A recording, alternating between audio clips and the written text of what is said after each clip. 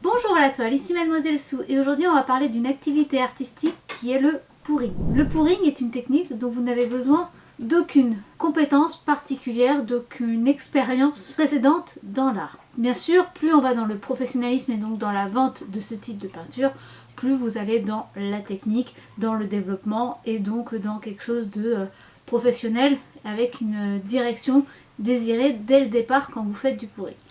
Mais même si vous n'y connaissez rien, vous pouvez très bien vous lancer et profiter d'une expérience qui est très agréable et qui vous permet tout simplement de vous lancer sans peur de rater ou de faire quelque chose de ne pas correct, car ce n'est pas vous qui allez décider véritablement de la peinture, mais la peinture elle-même. Je m'explique. Le pouring, c'est un terme anglais qui veut dire couler. Donc tout simplement, c'est la peinture que l'on fait couler sur la toile. Pour cela, on rajoute à la peinture acrylique classique un médium de lissage pour pouvoir faire en sorte qu'il soit beaucoup plus fluide et que du coup ça coule plus aisément sur la toile. Moi aujourd'hui je vais utiliser le Liquitex médium de lissage parce que c'est un très très bon médium de lissage qui est un petit peu onctueux et qui n'est pas trop aqueux. Donc ça va permettre que ça ne devienne pas trop liquide et qu'à la fin on voit plus la texture de la toile qui ne sera pas très élégante, mais que ça permette de faire comme une texture, on va dire, de crème. Vous voyez, comme quelque chose de très onctueux, comme un chocolat qui est en train de couler, qui est bien onctueux.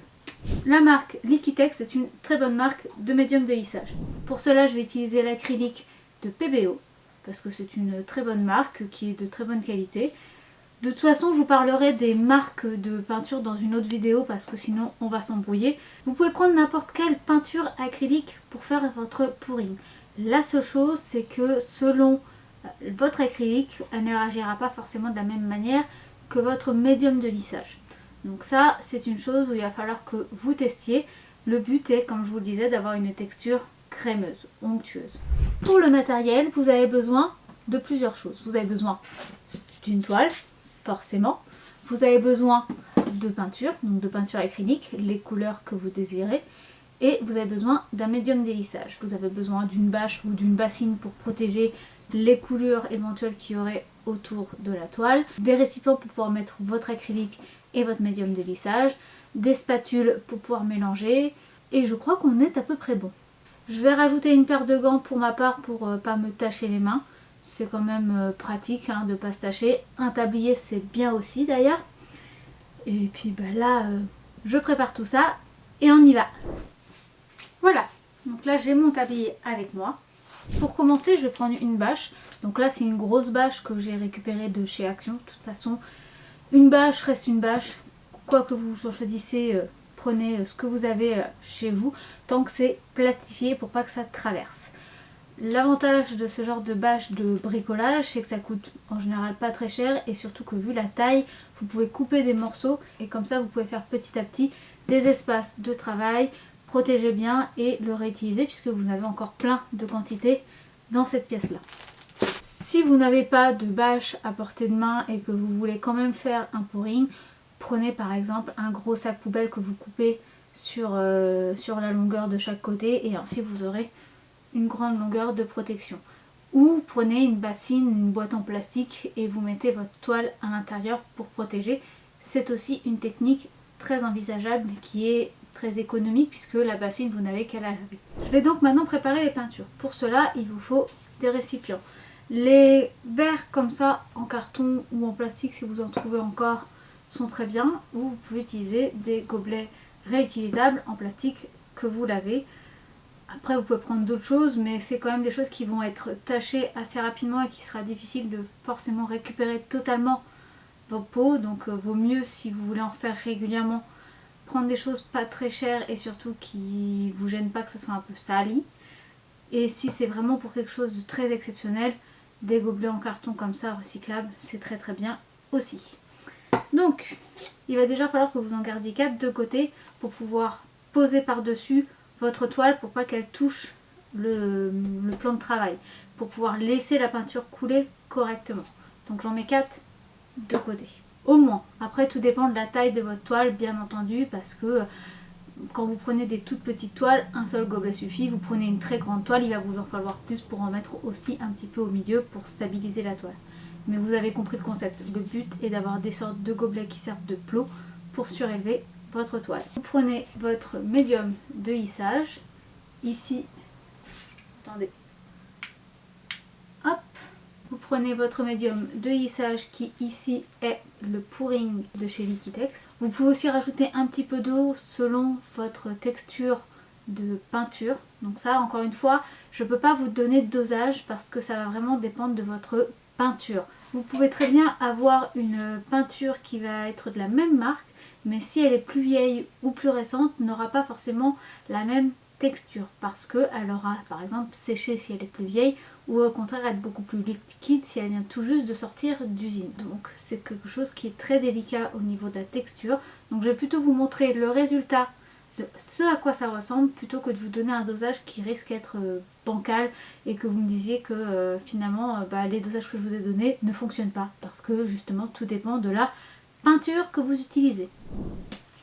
Donc le médium de lissage et votre acrylique. Là donc moi j'ai des Fluid Studio de chez PBO qui sont très vieux, donc par contre faites attention quand vous avez des vieilles peintures parce que je sais que des fois on n'a pas envie de racheter et on se dit non mais je vais prendre le dernier que j'ai. Faites attention car ça a des fois des petits grumeaux quand vous avez des vieux pots et les grumeaux ont du mal à se dissoudre, donc pensez bien à faire attention aux peintures que vous prenez. Moi je fais attention mais je sais que c'est possible, je sais que c'est déjà arrivé dans mes ateliers, donc on fait attention, on ne prend pas les grumeaux sinon vous allez avoir des gros pâtés qui vont rester sur votre toile et ce sera pas du tout beau. Là, je vais commencer par le blanc, la base. Là c'est la marque Louvre, ou plutôt la section Louvre de la marque Le Franc-Bourgeois, mais c'est la même chose, c'est une acrylique. Je fais pas mal de blanc car je vais aussi faire la base de ma toile en blanc. Vous allez voir par la suite, on met d'abord une base sur la toile avant de couler et donc il me faut une couleur principale qui sera le blanc. Je rajoute mon médium de lissage. Et je vais aller rajouter de l'eau parce que là ça va pas suffire. Ça peut être bien avec vous d'avoir une bouteille d'eau tout simplement pour pas avoir à faire des allers-retours avec votre évier, mais en soi ça marche tout autant. Là moi j'ai une bouteille en verre mais je vous conseille plus du plastique, au moins ça casse pas si vous la faites tomber. Donc, un petit peu d'eau et on va déjà mélanger, voir ce que ça donne. Ne faites pas des trop grosses doses d'un coup étant donné que si vous vous retrouvez comme là, à ce que ça soit trop liquide, à pouvoir en remettre et que vous n'ayez pas une surdose. C'est d'ailleurs pour ça que quand vous voyez des vidéos de pouring, que ça soit sur Instagram, TikTok, même sur YouTube, ou même tout simplement dans les blogs, en général on a des petites bouteilles en plastique qui sont souvent des bouteilles de sauce, tout simplement, qu'on peut trouver d'ailleurs chez Ikea si ça vous intéresse. Et en fait on met directement le mélange une fois déjà fluidifié dans les bouteilles comme ça. Ce que vous n'utilisez pas, il est déjà mélangé pour une prochaine fois et vous pouvez le réutiliser sans avoir à faire toute la session préparation de peinture comme là je suis en train de le faire et du coup vous vous retrouvez embêté. Donc là je suis en train de faire toutes les couleurs, je vais donc vous les montrer une à une et là je trouve que justement c'est assez bien visible le mélange comme je vous disais, c'est qu'il faut que ça soit très liquide mais en même temps un peu sirupeux. Pour ce qui est de cette couleur là, parce que c'est vrai que les reflets, les paillettes, les nacres, c'est vraiment génial aussi à rajouter dans le pouring, ça apporte vraiment une nuance en plus dans les résultats. Donc là moi j'ai pris la PBO Studio acrylique avec des reflets nacrés, donc c'est le vert bleu iridescent. Voilà ma gamme de couleurs, donc c'est vraiment du violet, du violet prune, donc un peu plus chaud, un turquoise pour amener un peu de bleuté et un peu de piment, du moutarde ocre pour justement faire le jaune qui est la complémentaire du violet, mais je l'ai fait plus orangé pour que ça soit aussi la complémentaire du bleu vert, et j'ai rajouté du doré pour justement avoir un petit peu de paillettes, un petit peu d'iridescence, tout d'ailleurs comme dans celui-là, le turquoise où il y a des nacres plutôt bleues. Donc ce qui va permettre d'avoir toujours ce côté bleu, jaune orangé, violet, jaune orangé pour toujours jouer sur des couleurs un peu peps qui sont complémentaires et qui vont donner une dynamique à la couleur. Voilà, et puis bien entendu le blanc qui sert de liant au début, même si j'en rajouterai aussi un petit peu dans la préparation, vous allez voir pourquoi.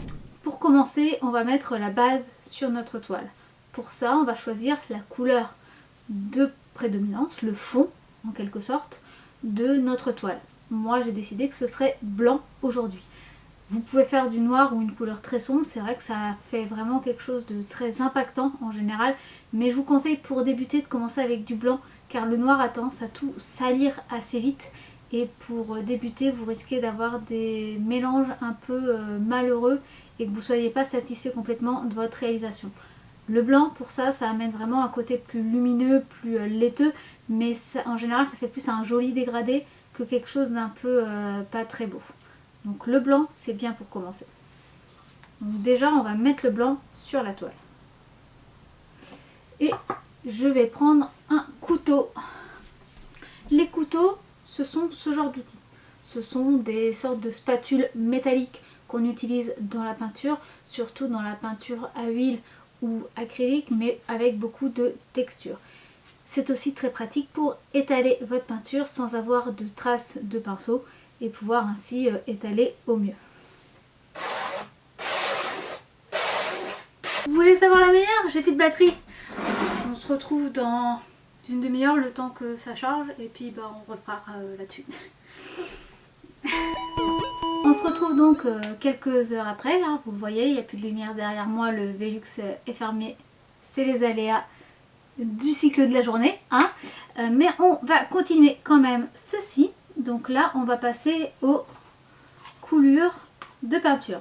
Aujourd'hui j'ai plutôt envie de vous montrer d'utiliser un vent pour pouvoir faire des formes. Donc utiliser une paille, un sèche-cheveux ou ce genre de petite pompe. Surtout en notant un petit peu sanitaire où il faut qu'on fasse attention et à ne pas souffler dans la figure des autres. Les petites pailles, c'est pas mal avec une pression d'air. Ça fait un petit vent qui souffle, c'est très pratique. Aujourd'hui, ça va être ça la technique, vraiment de jouer sur le mouvement fait par une pulsion d'air. Déjà, il faut décider où est-ce que je mets la peinture. Donc je vais jouer sur une dynamique en diagonale, donc d'un coin à un coin. Et je vais poser mes couleurs dessus, les unes par-dessus les autres, en essayant de voir quelle couleur est plus jolie à côté d'une autre. Mais ça va être mélangé de toute façon, donc il ne faut pas s'inquiéter. Et après on va souffler. Et là la magie va opérer. Je vais commencer avec le violet. Alors, hop. Ensuite on va faire de l'ocre. C'est aussi d'ailleurs pour ça que souvent on voit des petites bouteilles, parce que c'est beaucoup plus simple de manier la quantité de peinture pour pouvoir poser vos couleurs. Après, encore une fois, de tous les cas, ça va rester très abstrait et vous êtes toujours limité. Donc, toujours ne pas vous inquiéter parce que vous avez fait un gros pâté, c'est pas grave, vous allez souffler, vous allez bouger la toile et le problème sera résolu, ça fera quelque chose de joli quand même. On continue avec le fuchsia. Je vais remettre bien sur les extrémités pour qu'ils ressortent pas mal.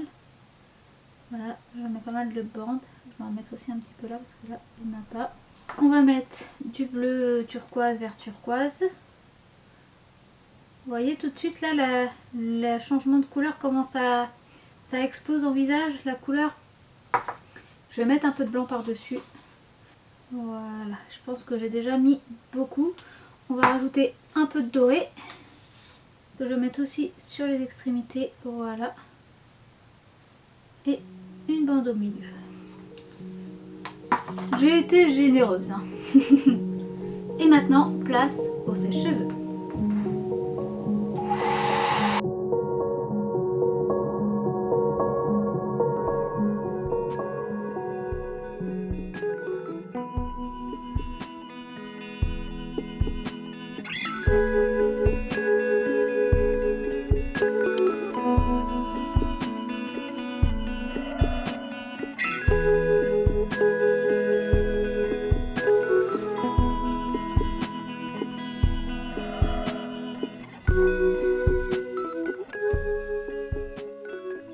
Orion est toujours là pour m'aider. Toujours. Oh bah oui, les câlins, on aime ça. Oh oui, les câlins, on aime ça.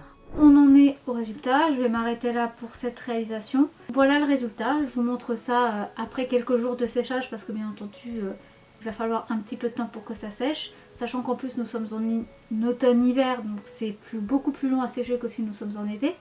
Je suis vraiment contente parce que c'est en train de s'étaler, il y a des vrais mélanges de couleurs, c'est vraiment très très beau, les cellules se forment. J'aime beaucoup le résultat, je pense que ça aurait été encore plus beau si ça avait été sur un fond sombre. Donc je pense que je retenterai ce genre de mix de couleurs sur un fond, justement un violet sombre plutôt que le blanc. Et mettre beaucoup plus de blanc au milieu pour refaire péter le tout au niveau de l'intensité de la couleur. Mais je trouve que le résultat est là. Et vous voyez, en fait, on voit bien qu'il y a plein de petites cellules alors qu'il n'y a pas d'autres produits que le médium de lissage. Comme quoi on peut très bien y arriver juste avec du médium de lissage parce que des fois on nous parle d'autres produits. Là, il n'y a pas besoin. Je vous montrerai ça de toute façon dans d'autres vidéos pour parler des différents produits qu'on peut avoir pour le pouring. Et aussi d'autres techniques pour le pouring, plus ou moins accessibles encore une fois. Celle-ci c'était plus une technique médium que la plus simple. Mais j'avais envie de vous montrer qu'on peut s'amuser avec un sèche-cheveux parce que quand je sors mon sèche-cheveux à chaque fois, tout le monde est là genre waouh. Alors voilà, pour commencer j'avais envie de vous faire ce petit waouh. Même si mon sèche-cheveux a décidé de ne plus fonctionner niveau puissance. Ça c'est les aléas du tournage. Mais le rendu est quand même là. De plus, il y a aussi le fait que la peinture était un petit peu épaisse. Alors je ne sais pas si c'est parce que je ne l'ai pas assez diluée ou si c'est parce qu'elle a séché vu que j'ai eu la coupure à cause de la batterie de mon téléphone. Je ne sais pas si c'est moi ou le temps, mais dans tous les cas, la matière était un petit peu trop épaisse. Ce qui fait qu'elle ne coule pas assez. Ce qui fait aussi que du coup le sèche-cheveux a du mal à pousser la peinture et qu'il y a des petites bosses. Après ce n'est pas disgracieux, ça reste joli et dans tous les cas en général pour ce genre de peinture on les vernit ou on les résine pour avoir un résultat très lisse et brillant à la fin. Je vous parlerai de toute façon de ce genre de finition dans une autre vidéo pour ne pas alourdir celle-ci. J'espère en tout cas que cette vidéo et ce petit tutoriel vous auront plu. Si c'est le cas, n'hésitez pas à liker cette vidéo. Vous pouvez commenter et partager la vidéo, ce qui m'aiderait à me faire un petit peu connaître. Et puis surtout, ça me ferait aussi plaisir de pouvoir échanger avec vous. C'est vraiment chouette. Et puis merci à tous ceux qui partagent, qui commentent, qui interagissent avec moi et qui me soutiennent parce que ça me fait beaucoup très plaisir. Et puis moi je vous dis à très bientôt pour de nouvelles créations et je vous fais des bisous. Bye!